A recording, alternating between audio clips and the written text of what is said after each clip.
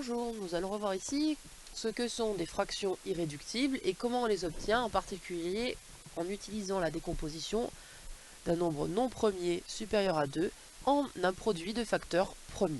Alors, déjà, qu'est-ce que c'est qu'une fraction irréductible? On dit qu'une fraction est irréductible si son numérateur et son dénominateur n'admettent que 1 comme diviseur commun.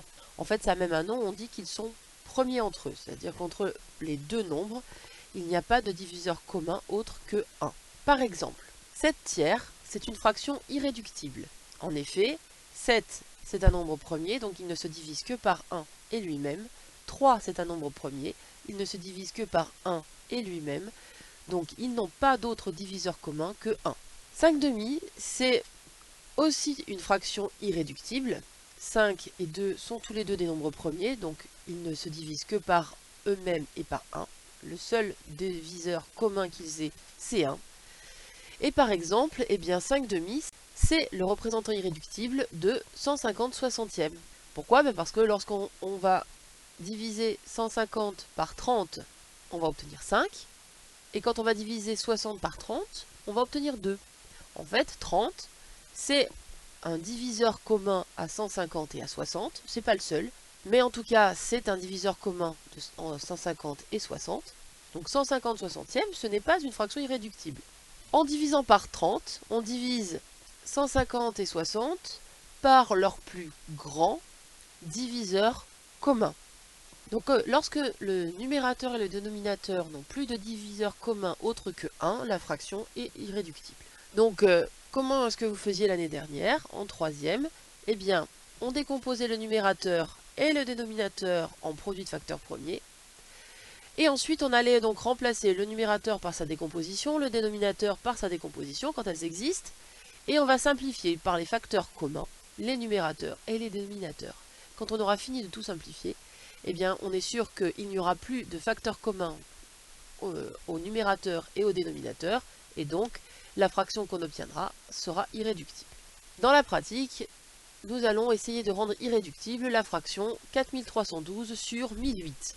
Donc on va commencer par décomposer en un produit de facteurs premiers chacun de ces deux nombres. Alors pour 4312, on voit que c'est un nombre pair, donc il va se diviser par 2. C'est 2 fois 2156. On va diviser par 2 tant que c'est possible. Puis, lorsque nous arrivons à 539 fois 2 pour obtenir 1078, on voit bien que ce n'est plus un nombre pair. Donc, on regarde s'il est divisible par 3. Donc 5 plus 3, ça fait 8. 8 plus 5, ça fait 17. Donc ce n'est pas divisible par 3. Ce n'est pas divisible par 5. Donc on regarde si c'est divisible par 7. Et effectivement, c'est 7 fois 77. On voit que 77, c'est toujours dans la table de 7. C'est 7 fois 11. Et 11, c'est un nombre premier. Donc ici, nous avons la décomposition de 4312 en un produit de facteurs premiers. 2 fois 2 fois 2 fois 7 fois 7 fois 11. On va faire la même chose avec 1008, qui est lui aussi un nombre pair, donc il va se diviser par 2. Et on va continuer à diviser par 2 tant que cela est possible, jusqu'à ce qu'on obtienne un quotient de 63. 63, ce n'est plus divisible par 2, en revanche, 6 plus 3, ça fait 9, donc c'est divisible par 3. On va donc diviser par 3 et on va obtenir 21. 21 est toujours dans la table de 3, c'est 3 fois 7, et 7 est un nombre premier, donc nous avons 7 fois 1. Nous avons donc ici la décomposition en un produit de facteurs premiers de 1008. 2 fois 2 fois 2 fois 2 fois 3 fois 3 fois 7. Qu'est-ce que nous allons faire de cela pour rendre cette fraction irréductible? Eh bien tout simplement, nous allons prendre notre fraction et nous allons remplacer 4312 par ce que nous avons obtenu, c'est-à-dire sa décomposition ici en produit de facteurs premiers. 2 fois 2 fois 2 fois 7 fois 7 fois 11. Puis nous faisons la même chose avec le dénominateur qui est 1008.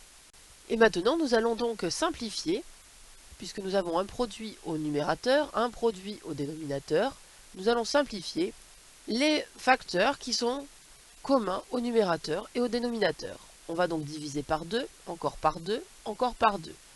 Puis il n'y a plus de facteur 2 en commun, donc on va pouvoir regarder le facteur 7. Il y en a un en commun au numérateur et au dénominateur, on va simplifier par 7. Cela va nous permettre de dire que finalement, notre quotient, il va pouvoir s'écrire Ici au numérateur, il nous reste 7 fois 11. Et au dénominateur, 2 fois 3 fois 3. 7 fois 11, ça fait 77. Et 3 fois 6, ça fait 18. Le représentant irréductible de 4312 sur 1008, c'est 77 18e.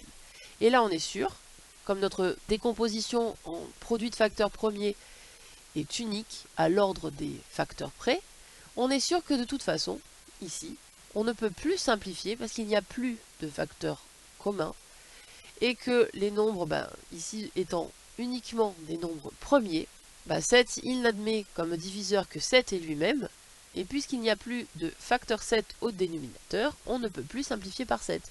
Et ça, c'est valable pour 11, ou pour 2 ou pour 3. On ne peut plus simplifier car 77 et 18 n'ont plus de diviseur commun autre que 1, donc le représentant irréductible de la fraction 4312 sur 1008, c'est bien 77 18e.